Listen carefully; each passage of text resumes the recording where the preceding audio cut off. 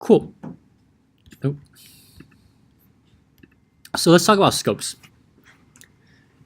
Scopes, I know like yesterday we talked a little bit about scopes relative to, hey, you know, when you hoist something, right, it needs to be written in the function scope, right? Or when I return something, it returns me out of my nearest function scope. And whenever we talk about scopes, scopes can most clearly be defined as just the curly braces that are closest to you, or the curly braces that are closest to the thing you're talking about. Okay.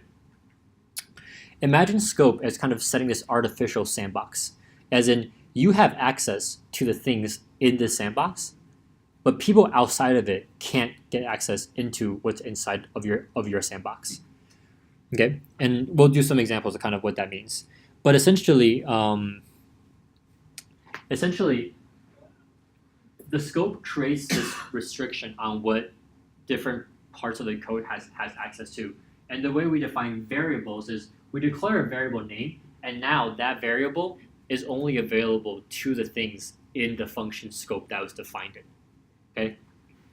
So if I have a function, I call it foo, right? And inside of it, I declare var x equals 6. If I'm inside the function, I can use x anywhere I want. If I'm outside of that function, I actually can't peer into the function. Imagine it like a black box. And so if I'm outside that function, I can't use that variable x. It's going to be undefined, or it's going to throw some kind of error when I try to use it. Okay. Function is the only place in JavaScript at least, in which you create new scopes. Okay. So we also see curly braces around if statements, right? Or around for loops or around while loops. And those do create their own version of scope, so to speak. But those scopes are not what we talk about. Typically, we talk about JavaScript scope. JavaScript scope and basically this sandbox that's created is only around function scopes. If I create a new variable inside of an if statement, I can use that variable outside of that if statement. If I create a variable inside of a function, I cannot use that variable outside of that function unless I pass that value, unless I return that value out of the function. Okay. Ignore the last bullet for now. We'll talk about ES6 in one of the later lectures. Okay. So here we have this function called add5, right? We pass in a number and we say, hey, I'll declare a variable called num and a set equal to 5, and then I'll return n plus num. If I console log out add5 3, what would this give me? 8. One vote for 8. Anyone else? I stand by my vote. Cool. It gives you 8, right? We declare a variable, and then we add it to 5. We add 3 to 5, and then we console log it out. What about this? What do we get here when I try to execute this function?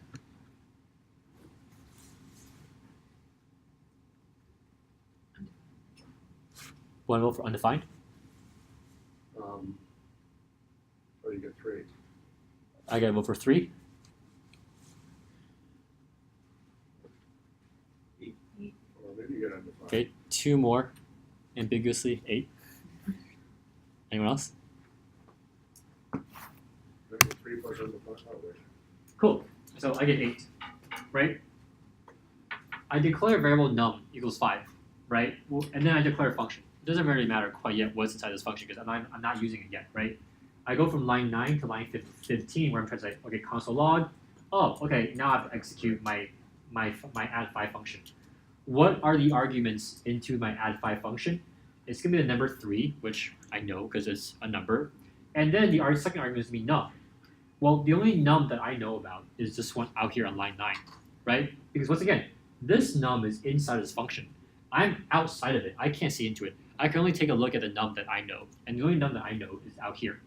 Okay, so this is going to become 5. So I'm passing in the arguments of 3 and 5 into my add5 function. Inside of here, I essentially create 2 new variables. One's called n and has a value of 3, and then one's called num and has a value of 5. So then what I'm doing is I'm just simply returning 3 plus 5, which is 8. I feed that back out here, and then I console log it out. So that's why this gives us back 8. And then last one here. I have a var num equals 5 out here.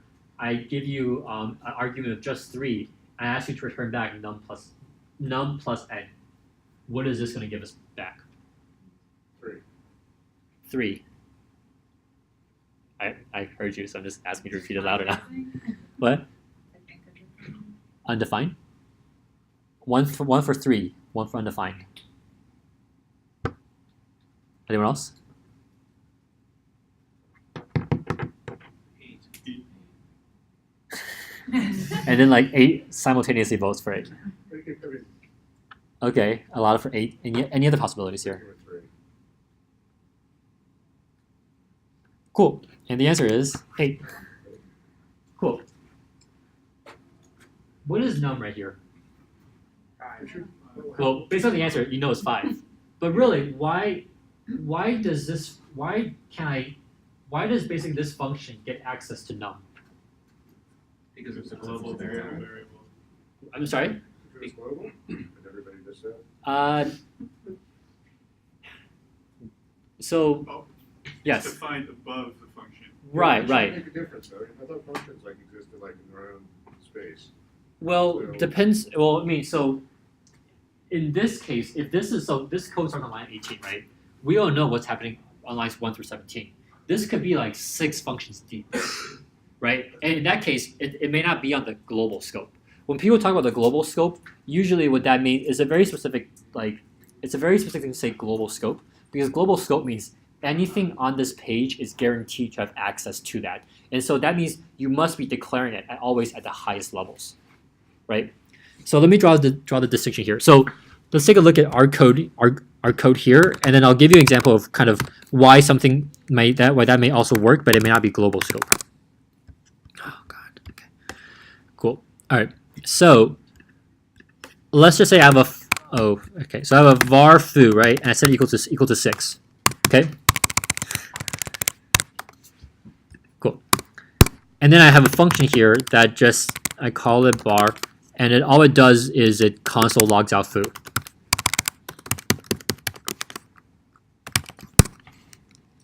That did not work. It's because I never executed. Cool. So this makes sense, everyone, right? I have a variable called foo, and I'm console logging inside a function. Remember, function scopes work only in one direction, right? People can't see inside of you, but you can see outside of yourself, right? If I'm on line 4 here, I have access to not only my scope, these curly braces, but in this case, because I'm on the page, I have access to every other variable on the page. However, the reason why, so in this case, we can say foo is a global variable because anything that goes on this page is going to have a reference to foo. But let's just say I decided to be cute here, and I say, oh hey, I have another function called outer, right? I also set another function scope there. I'll indent all this properly so I know exactly where I'm dealing with at all times. And now I'm going to execute outer. Why does it not? What happened? Are they supposed to be 2 separate functions? You forgot Oh, those I ones. just forgot to execute it. Cool. Cool. In this case, foo is not a global variable, right? Because if I try to console log out foo right here, what am I going to get?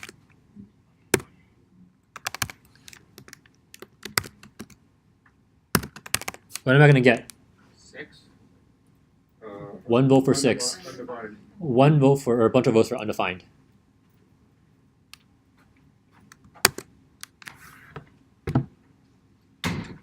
By the way, that's not undefined. Yeah. Right?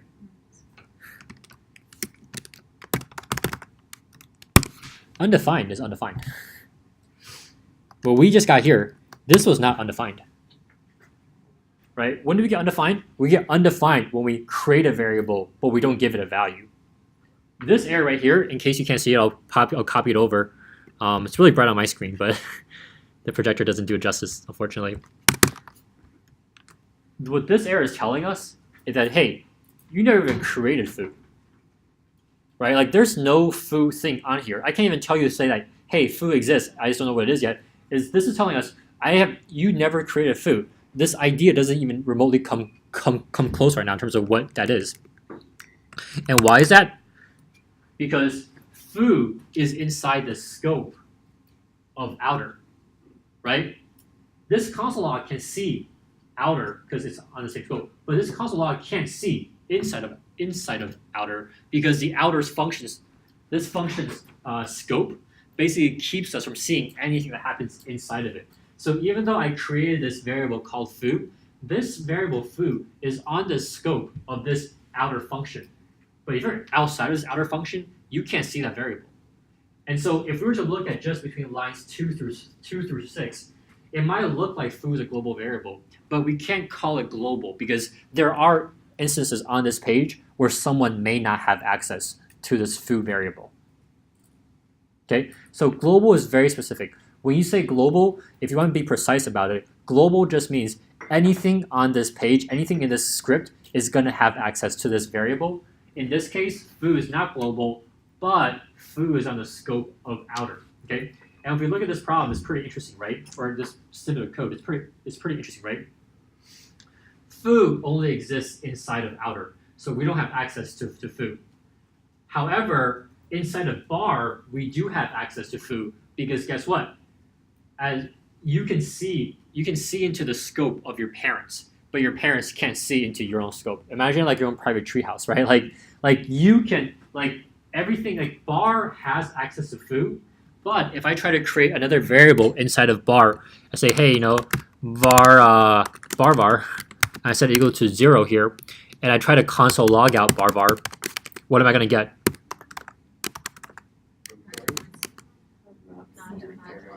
I'm going to get not defined because as far as JavaScript is concerned, you never even create that variable to start with. Oh, I think it's telling me you never even created var, right? Because as far as I'm concerned, you create a foo and then black box, and then you're telling me to log you out a variable that I never created. So remember, scopes work one way. If you're inside, you can see outside into your parent's scope, but you can't see into someone else's scope. And so scope is also a really, really good way for maintaining code privacy to make sure that, hey, this function only has access to, this function only has access to the things that it's supposed to have access to. Okay? Does this kind of make sense to people? Yes? Yes. So I'm just playing around. So if you have a global variable, Yep. like whatever the num from before, and then you work on it and you redefine it within, like, say you say num equals num plus n. Mm-hmm. The global variable num changes afterwards? No. We'll talk about that in one of the later Because I was slides. just doing it, and I was console logging it out a little bit. Right. And what the yeah. next function I used on it used the new definition, like 8 instead of 5. Totally. Cool. All right. So we're going to definitely cover that because changing global variables is actually something that is pretty important to understanding scope. So here we have this last one, which is basically we have two functions now. We have one called create num, which creates this variable called num, and then we have this other number called add 5 that returns n plus num. What do I get when I run this function? Great, or else undefined. Or you're never calling create number. Not defined, undefined, or 3? Great. Because as far as add 5 is concerned, num doesn't exist. We never even declared it, much less defined it. Cool. And then this is just obviously, something very straightforward, right, in terms of figuring out, oh, how do we do this? Well, on the example on the right basically works because we're executing create num, which returns this 5, and then we assign to a variable, which we then log out. I think this kind of makes sense to most people, right? Like this is kind of what we normally think about when we think about JavaScript functions executing kind of in linear order as we go down. The one on the left doesn't work because once again, on line 46, I can't see into lines 41 through 43 because that's a function and I can't spy in someone else's scope, right? I can only see in my own scope and the scope of my parents. So they use the analogy of the one-way glass here, but these curly braces, essentially, if you see them next to a function, that's what defines that function scope.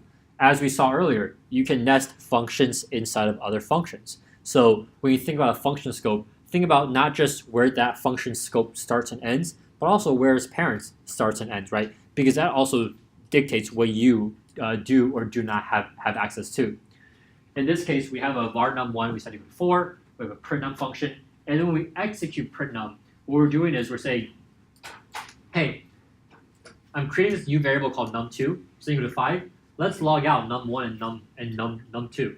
And when I do it on line 9, it's going to say, well, num1 is 4 because my parents have that variable, so I can use that variable. I have num2, so I'll print that out for you too. And now I have 4 and 5. On line 10, when I do num1, it's going to say, well, I don't know what's inside of print num, but I know num1 is on line 2, and I have access to that variable, so I can print it out for you. But when I try to print out num2, as far as I'm concerned, I'm going to throw a reference error. Because guess what? Num2 is defined inside of print num, and I can't see inside of it, so I have no idea what goes on inside of there. So I get a reference error. Global scope. Global scope.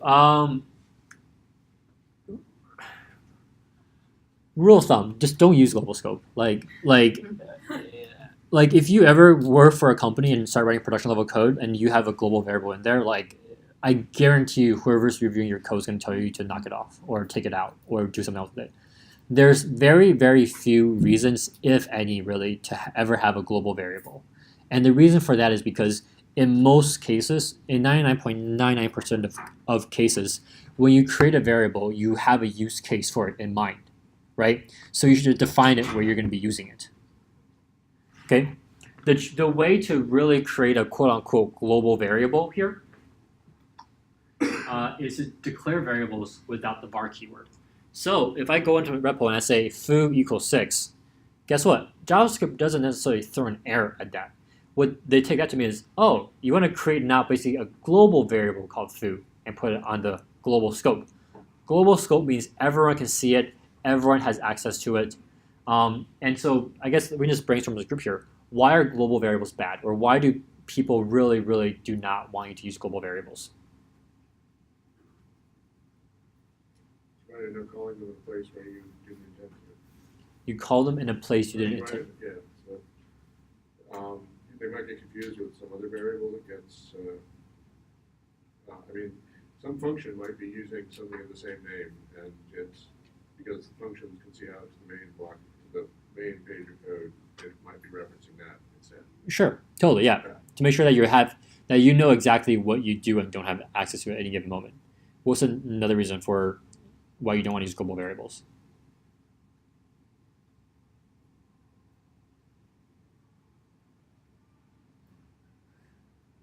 It can be easily reassigned. Totally, we can reassign it very, very easily. And so what does that also lead to as another potential danger? Damon. You won't get a job. You won't get a job. Yeah, I mean, I'm not even kidding. Like, if you go to interview and start using global variables, like, if they ask you, oh, what are you doing? And you say, like, if you either don't know it's a global variable or you're okay with creating it, like, that reflects very, very, very poorly on your skills as a developer. If I haven't belabored this point enough yet, don't use global variables. The other reason is because it's super, super unsafe, right? Like, anyone who has access to that browser has access to that variable, no matter where they are on the page, right? So I can just say, hey, if you put your password in a global variable, I can just go on Chrome and say, hey, log out for me this password variable, and it will show up right there in plain text, right? Global variables are just very unsafe. They're very messy, because imagine if you basically had this one scope in which everyone put all their variables on a global scope. Like, think of how messy that is and how hard that is to keep track of, okay? So global variables, you are able to create them, but you really shouldn't. Especially in context of this bootcamp, like, for the exercises that we're going to be doing, there's really no reason why you should ever have global variables. They're a bad crutch, if nothing else. Okay, so this is an example of a global variable, right? We don't have this var keyword. We just have a variable name, and we set it equal to something. And we return this function will execute. It's not bad JavaScript. It's not improperly JavaScript. Syntactically, it's correct. But what it's going to do is it's going to basically just be really bad practice down the road. So let's take a look at these two functions. Well, sorry, this covers something that we're going to talk about in a little bit. But for now, let's just talk about why global variables are, I guess, not great, right? Here, what we have is we have this function, and ignore these. So these parentheses, what this basically means is, hey, let me declare it and invoke it, kind of on the same path through. Okay, so in this case, and we'll come back and talk about these immediate invoking functions in a little bit. But in this case, what we're doing is we're saying, hey, there's this local variable, so to speak, right, called mayor, because we're using the var keyword. We're declaring it to our nearest function scope, and we're going to call it Bloomberg. We then invoke this function, and then what we say here is we're saying is, hey, mayor is going to be de Blasio, and I console log the mayor as de Blasio. But even afterwards, when I go back and console log it out, this is going to still give me de Blasio. If I contrast it to what I'm doing here, right, is by very much inserting this var mayor keyword. I think this talks to your question earlier, right? Is I'm basically redefining it so that, hey, inside of my scope here, inside my local scope, the value of mayor, this var mayor, is just going to be de Blasio. So if I'm ever inside of here, it'll be de Blasio. But if I ever leave this, then it will still be what it was before. So it's almost like, once again, in this sandbox, I have my own version of this mayor variable, and I'm going to set it equal to whatever I want it to be equal to. And whenever I'm in this sandbox, it will be whatever value I assign to it. Whereas here, basically what I'm doing is I'm essentially overriding what my parents' variable was. Okay. I have a question. Yeah. Could you just go back to that? So in the first one, if you hadn't declared the mayor variable on line 1, could you still do on line 4 say mayor without the keyword var, since you're not reassigning a variable that already exists? But you're reassigning the global variable that already exists. If you didn't have that statement on line 1, could you just say mayor equals de Blasio, and it would recognize it as a value? Or Cool. would you then need to? All right. So tell me what to type here. Yes, I'm not. So I'll start with Bloomberg because that's what they started with too, right? And then let's say I have a function here. Function takes a nothing, gives me back nothing, and then I console log out inside function, we'll call it, and then this will be mayor, and then I'll do the same thing and do a console log out outside of it, outside function, call it mayor. Bloomberg is not a function. Why do you expect Bloomberg to be a function? Oh, yeah, okay. It's because it doesn't like this union invoking print syntax without semicolons. Okay, cool. So inside of the function, I'm Bloomberg. Outside of the function, I'm Bloomberg. By the way, when I look at this code, I wonder if it. Okay, never mind. The error was not for that. Okay. Anyway, sorry. So what should I change now? So in the example, it was mayor equals. Yeah, that doesn't really matter. I'm just curious if you commented out line 1, could Okay. you still? I know that kind of.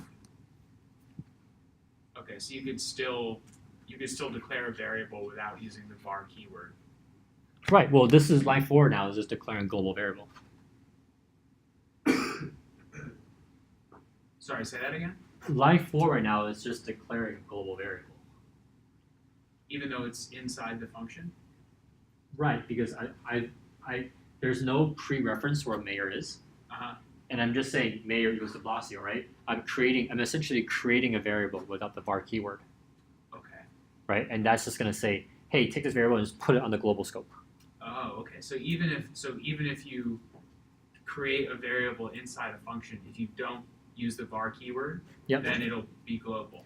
Right. And sorry if I wasn't clear on this earlier. No matter where you are in the page, if you create a variable without the var keyword, it's going to take it and just put it on a global variable so that everyone else has access to it. Okay, because my understanding in the first example was you're able to. Okay, that makes more sense now. Okay, I got it. Yeah. Just to follow up on what he said, I mean, this might seem like a stupid question, but I mean, is that true even if it's like in an if-then loop, or I mean, it's only in a function, right? Anywhere on the page. So I mean, even if like it's like in a diff or a for loop that isn't executed, just the fact that it's on the page, it means it exists. Oh, if it doesn't execute, then no. Like nothing that's not executed. So like, so I guess. So in this case, if you define that function conventionally, so it had to be called to execute, then it wouldn't. What is it like? I don't understand the way you said it up there, so I'm not exactly sure what the. Expect token line 3. Oh, okay.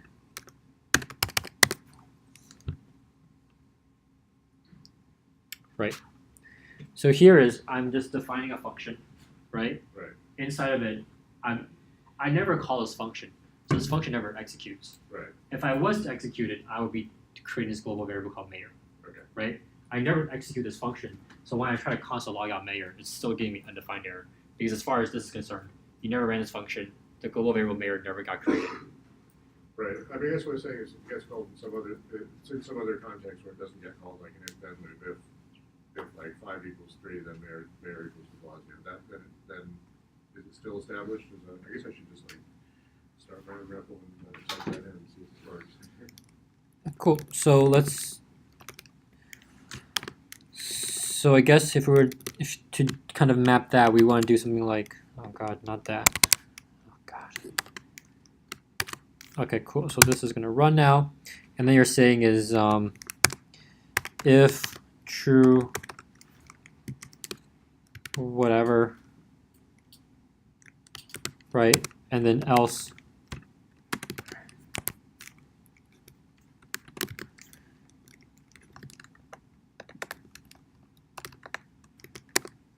So you're saying is in this case, does mayor get created? And the answer is going to be no. Okay. Right? Like if the code never executes, then nothing happens. Right? Like the only thing that violates that principle, like doesn't not even say violating, like hoisting, which we're going to cover more in detail now. Hoisting just basically says what's available on the page, but it still doesn't execute any code for you. Right? It just does the assignment, it stores it for you somewhere. So if you want to use it, you could, but it doesn't. But in this case, because this is an if statement that never, like this code never executes, there's not even any semblance of this being hoisted right now. Yeah, I mean, I don't want to belabor the point, but if it wasn't in the function, would it still? Well, if it wasn't in the function, then would this if else statement would it Right. would it run? No, I mean, no, it wouldn't run. Or would it? I don't know. Well, in this case, it's whatever. But if, I mean, the answer is yes, it would run, right? Yeah. Same how we run everything else. We take a script that we go from top down. If it's something that I can execute, then execute it. If it's just a declaration, then I leave it alone. Right. So if I have a function, so if my entire page was just this, would this console log run? And the answer is yes. Of course it will run, right? Because it's a viable piece of code.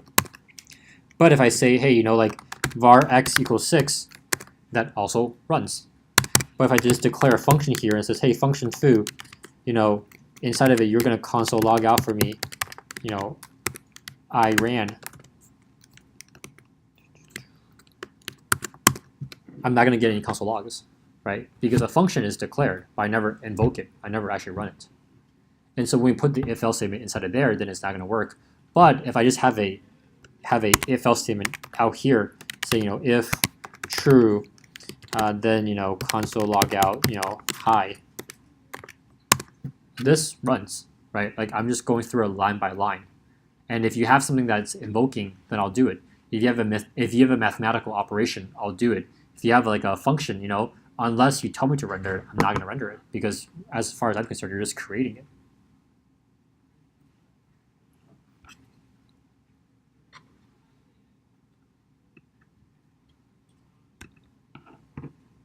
Cool. So let's go back a little bit, and this is all related. I'll pause a bit for questions in a little bit, but for now, let's talk about hoisting a little bit more.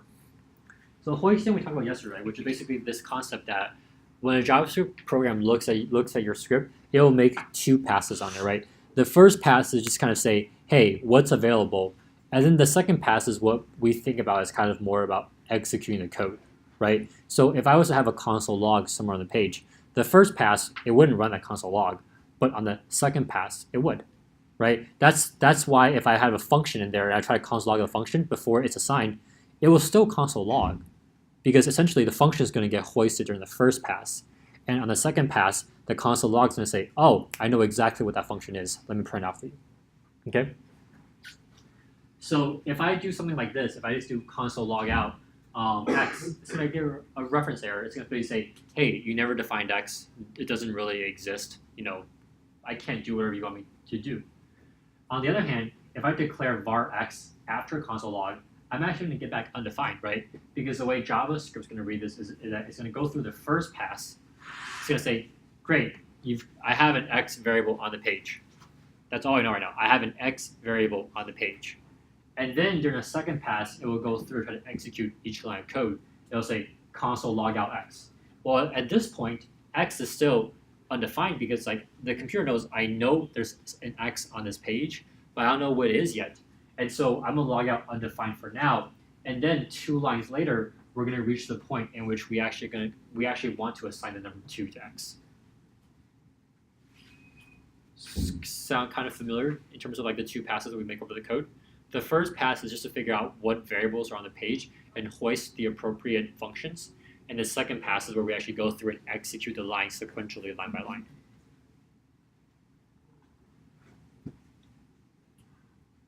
Okay, one thing to clarify on something I misspoke about yesterday was I said during the first pass the sequence doesn't really matter, and the answer is it kind of does matter, because if you were to hoist 2 functions with identical names on the let's say you define a function called foo and you declare it declaratively, and you declare another function called foo right beneath it, that second function will be the one that's hoisted, so to speak, to the top. You'll hoist the first one, but then the next one will override it right away. So during the first pass, sequence matters, but not nearly as much as it does during the second pass, because on the second pass is when code actually gets executed. When do these passes happen? I mean, every time you hit run, it does 2 passes. Hoisting happens essentially whenever a new scope is created. So if you have a function and you execute that function, before the code inside that function even runs, this hoisting happens. Because basically JavaScript will say, all right, great, I have a new scope being created. Let me see what's going on inside that scope. What variables are available, what functions are available, and let me do the things inside that function. So if you have, for example, if you execute a function 10 times, then hoisting is going to happen 10 times. Upon each time a function is run, each time a function is invoked, a new scope is created, and each time a new scope is created, hoisting happens. You don't see it, but it's definitely happening every single time.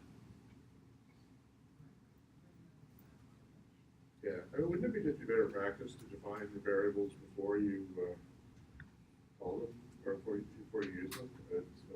Yeah, so that's a really good point. So if you look at most kind of production level code, usually people define the variables near the very top of the page. And it's for 2 reasons, right? One is to potentially avoid any hoisting mishaps, right? Is to make sure hey, everything I'll need to know is going to be, or anything I need to use is going to be on top of the page. And secondly is if someone's reading your code, based on the variable and hopefully the variable names, they'll have a good sense of kind of what they're working with. So it's just good practice in both ways to kind of make sure you have that in place. In fact, hoisting does cause some issues, right? Because as you notice, it doesn't throw an error, right? X is a valid data type, it's an undefined data type, which is a totally valid data type.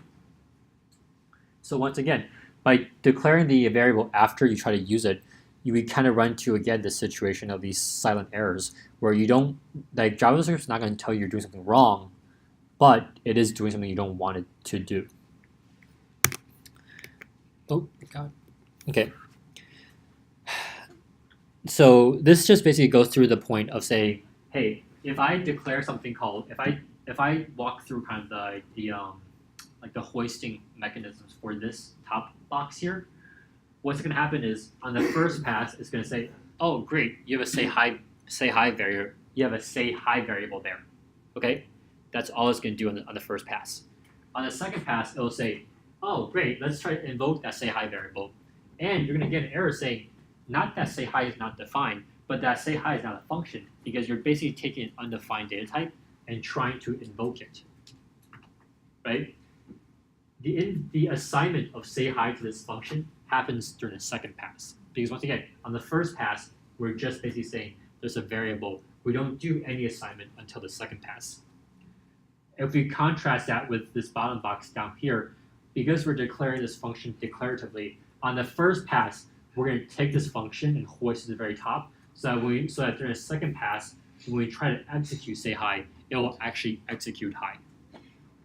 So if you put say hi, if you called say hi on line 97 in the top one, it would work? Yes, assuming you take out line 92, yes, it will work. Yeah. Because you're just using a variable after you've already created it, right? Which is Right. JavaScript has no problem with that.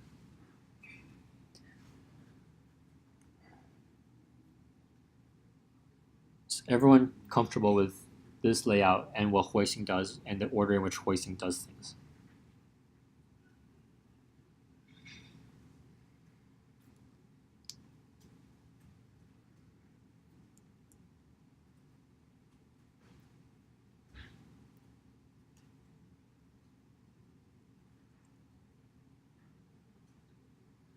Cool. So then the last slide here is just on something called an IFI. It stands for immediately invoking, and I guess invoked. Immediately invoked function expressions.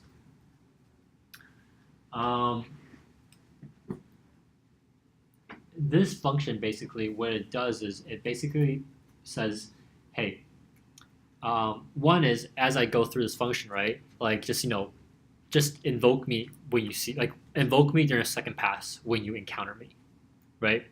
But more importantly, this last bullet is why people tend to use IFIs, and it's because this IFI can actually lock in a value. And so what that means is, if we go back to one of the earlier slides here, this Mayer slide.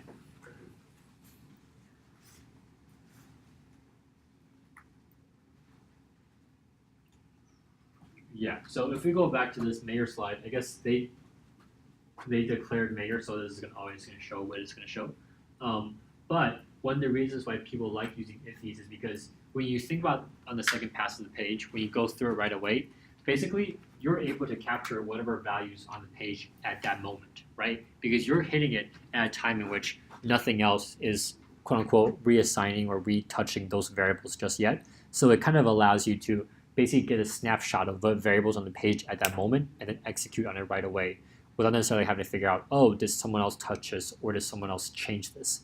So, and usually you want to do this for things that's going to be something that you want to render as soon as the script starts executing, right?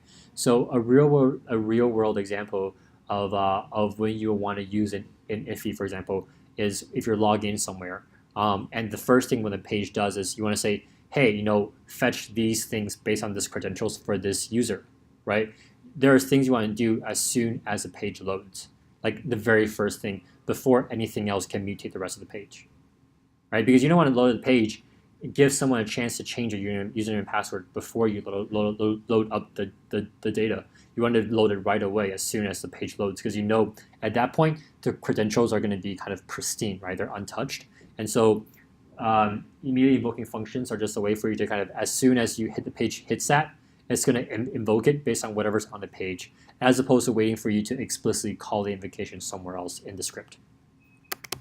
IFIs are useful, but I also wouldn't get too kind of hung up on them, right? Like they're once again another tool that can be used in certain cases, but don't feel like everything you do with a function has to be an IFI. In fact, IFIs are used kind of primarily, I would say, they're probably more valuable sometimes, mostly I would say in either cases where privacy is a huge concern, or asynchronicity is a big concern. So when you're waiting for something to load, that's another example in which you might want to certain things execute before anything else has a chance to. Yep. What's the syntax for it? You just put parentheses around the entire Yeah, function? sorry. So you have a function, right? You just put a parentheses around the original function, and then you put another set of parentheses after it to show that you want to invoke it. So so here, once this loads up, you'll see that so this open and close parentheses at the very end, this is to invoke it. And this open parentheses is actually just to tell that hey, this is kind of one thing. This is an expression, like make this into a function. The reason why we need to do that is because syntactically, if you notice, we use open and closed parentheses in a lot of different places. And so the way that parentheses are interpreted can be very different depending on the context in which you use them. So just for your sanity, take it for granted that in JavaScript, they put the open and closed parentheses around the function to kind of denote the fact that this is kind of one object. And then you invoke it afterwards. Yeah. I mean, the examples that you give are perhaps not the clearest ones. I mean, you could just like get rid of everything except mayor equals de Blasio, and it would. I mean, at least the one on the left would run the same thing. So, I mean, is there like an instance where the function is actually using something that isn't just like reassigning a variable? Or is the point that that's instantly going to like reassign value de Blasio to mayor even before you run it? Sorry, so let's go back to here. Okay, so let me just copy this code. My point is, I don't understand this at all.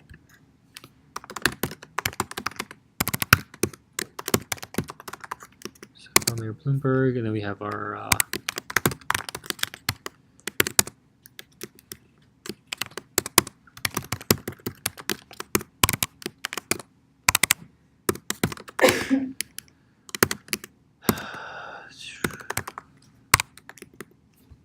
cool.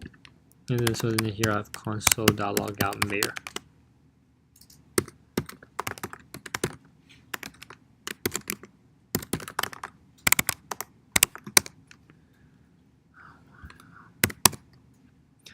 Cool. So I think what is another way that we okay. How would that be different than if you didn't have the parenthesis around it? I know the answer to that, but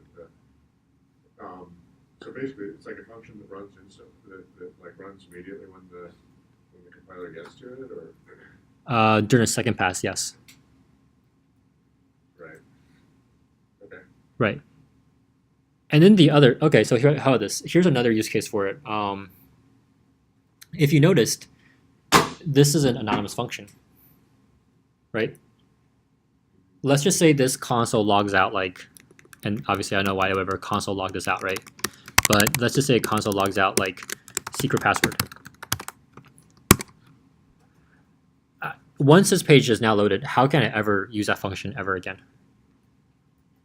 You can. I can't. You can. You can. I cannot. Right. Right? Yeah. So here's an example where like if I want to do something only once, kind of before anything else gets done, and I don't want anyone else to be able to do this ever again, an Iffy would also be a really good use in that case too. Right. Why do you have to put all the function stuff around? You get the same effect if you just console log secret password without all without lines 3 or 5. Right. Sorry, hold up. Yeah. No, just delete lines 3 and 5. Okay. Or You're saying this same console logs. result. Okay. I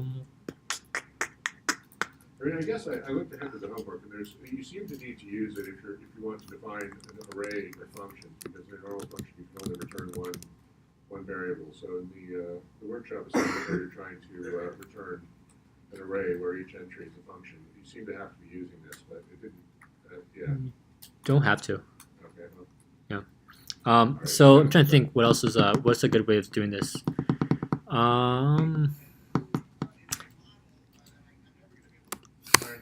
There you good. So imagine if in this Iffy function here, and I guess this is like getting a little bit more away from the spirit because this is like talking about like real world applications of it, right? But let's say I have a function. Let's say I have like a hash key. Okay. I have a hashing algorithm that takes this text and converts something very unreadable, right? And I convert it. So I'll have something called convert to hash. Okay? And I'll just say, let's say var foo is equal to, convert to let's say this is going to be mayor plus 6. That's my secret hashing algorithm. I add a number to the end of it, right? I can then say, hey, making request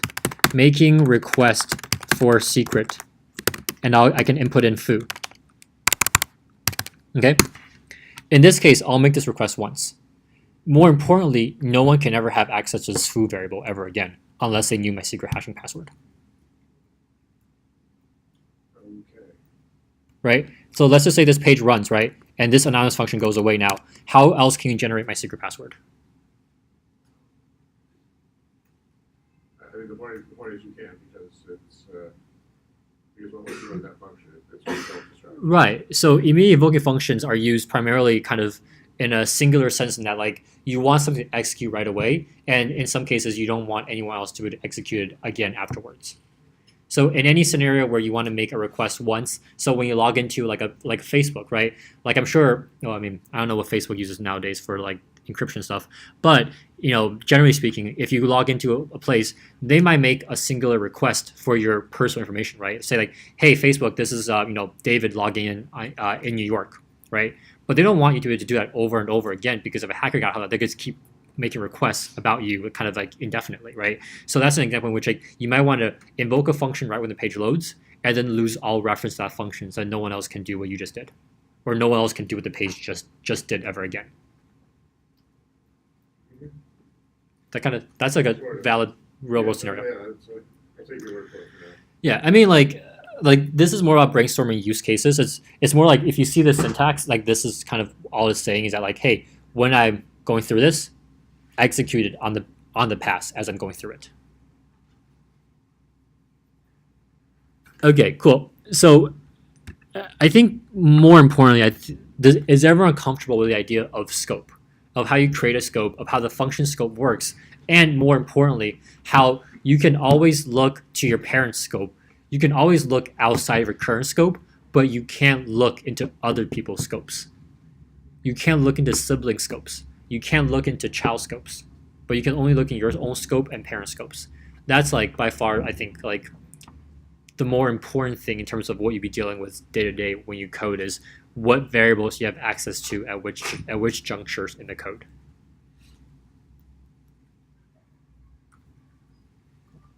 All right. Any questions on anything about scopes, about IFEs, about hoisting, and about global variables, besides the fact you should never use them?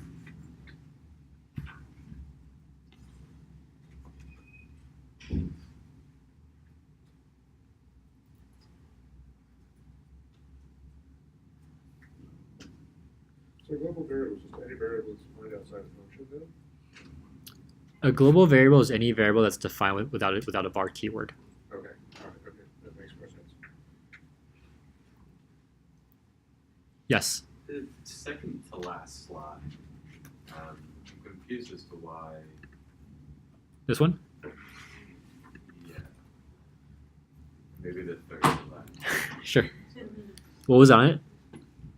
Oh, it had the two. Yeah, it was the one before that. This one? Yes. Okay. The example on the right, I'm confused as to why that comes as undefined. Right. So essentially, well, for the one on the right, imagine if you're the JavaScript computer, you make two passes on this code, right? In the first pass, you just try to see, hey, are there any variable names being declared? Not assigned, just declared, right? And secondly is, are there any functions that need to be hoisted? So are there any functions that are declared declaratively? Okay, so when we go through the first pass of this, we'll say, okay, there's no functions on this page. However, not even looking at this equals 2 right now, we're saying, hey, but someone did create this variable called x, right? So it's almost saying like var x, that's it. And so after the first pass, var x exists, but it has no value. So by default, it's undefined. So then during the second pass, when we go through and we do the console log and we execute this code, at that point var x is still undefined. And it doesn't get assigned its value of 2 until 2 lines later when JavaScript during the second pass actually does everything to the right of this equal sign.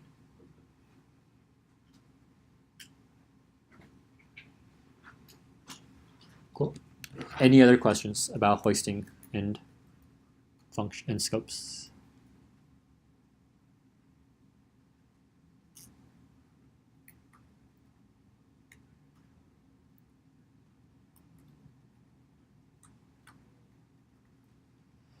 All right, cool. Tonight's workshops are going to be a bit long too, so I'll probably let you all just kind of work through it. And then for the last 10 minutes, I may or may not do a quick review depending on kind of how everyone feels and where everyone's at. And then Damon's the fellow in the back. I'm up here. Just feel free to raise your hands or yell or whatever, and if you need help with anything. Cool. All right, I will psych out the pairs very shortly.